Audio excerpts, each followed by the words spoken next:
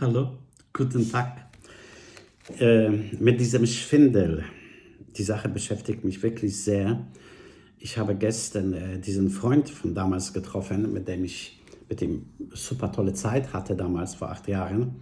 Und er hat mir gestern erzählt, dass er ein neues Leben wiederführt und 2 Kinder zwischendurch hat und eine Ehefrau und alles ist jetzt in der Scheidung.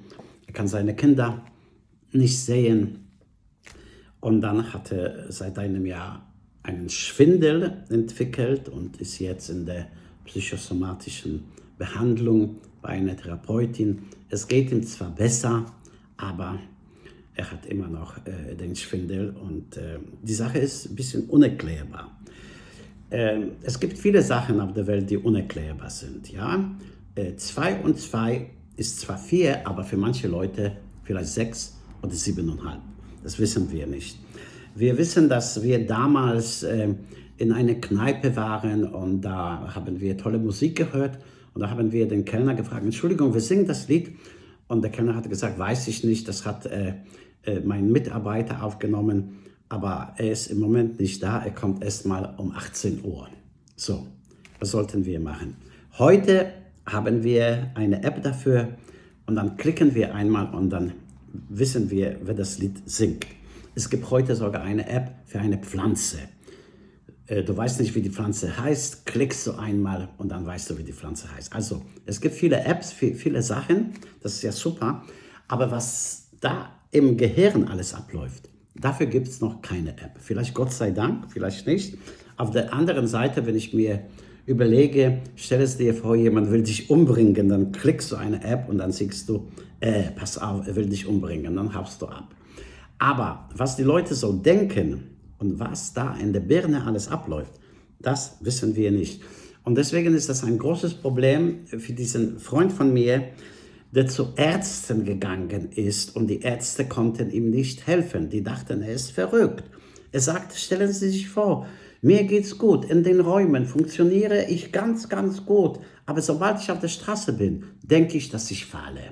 Und dann muss ich mich auf eine Bank hinsetzen und dann setze ich auf der Bank und ich weiß nicht, was mit mir los ist. Und dann überlege ich mir, was mache ich, dass ich in das Geschäft gegenüber hingehe. Und da wollte ich meine Sakko oder was er da kaufen wollte, abholen. Und er konnte das einfach nicht schaffen.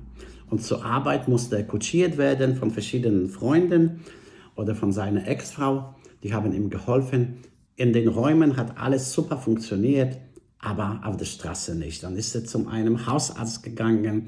Hausarzt hat Blutdruck gemessen, hat er gesagt, Blutdruck ist zu hoch, Sie müssen Tabletten kriegen. Da hat er Tabletten bekommen. Die haben ihn ein bisschen impotent gemacht, hat er mir erzählt. Dann ist er zum Neurologen gegangen, er hat hier geklopft, aufs Knie geklopft, hier und da überall geklopft, konnte nichts finden. Also, die Leute denken, du bist ja blöd. Es wäre toll natürlich, wenn man so eine App wieder hätte und sehen würde, was da alles passiert, weil die Sache war einfach. Seine Frau hat ihm den Boden unter den Füßen weggenommen.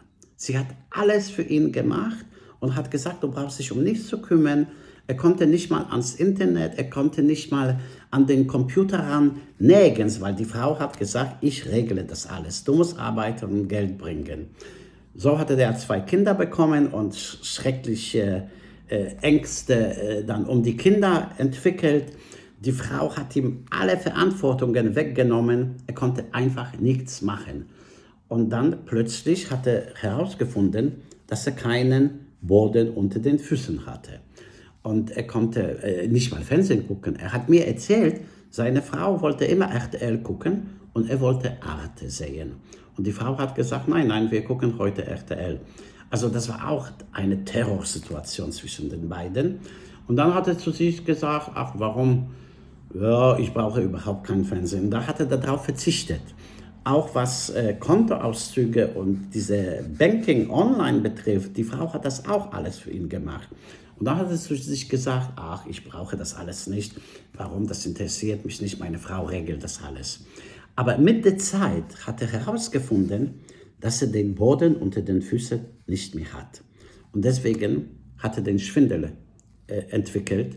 Und deswegen war das so schwierig, überhaupt jemandem zu erzählen, worum es ging. Weil er hatte dann ein bisschen Geld, er hatte Arbeit, er hatte Frau und 2 Kinder, aber trotzdem konnte er auf der Straße nicht funktionieren, weil er dachte, er fällt gleich um. Und das ist das Problem, dass viele Sachen sind so unerklärbar im Leben und man braucht manchmal 20, 30 Stunden mit einem Therapeuten, bis man das herausgefunden hat, woher das kommt. Aber ich sehe, dass die Zeit wieder klaut alles. Ich muss aufhören. Tschüss.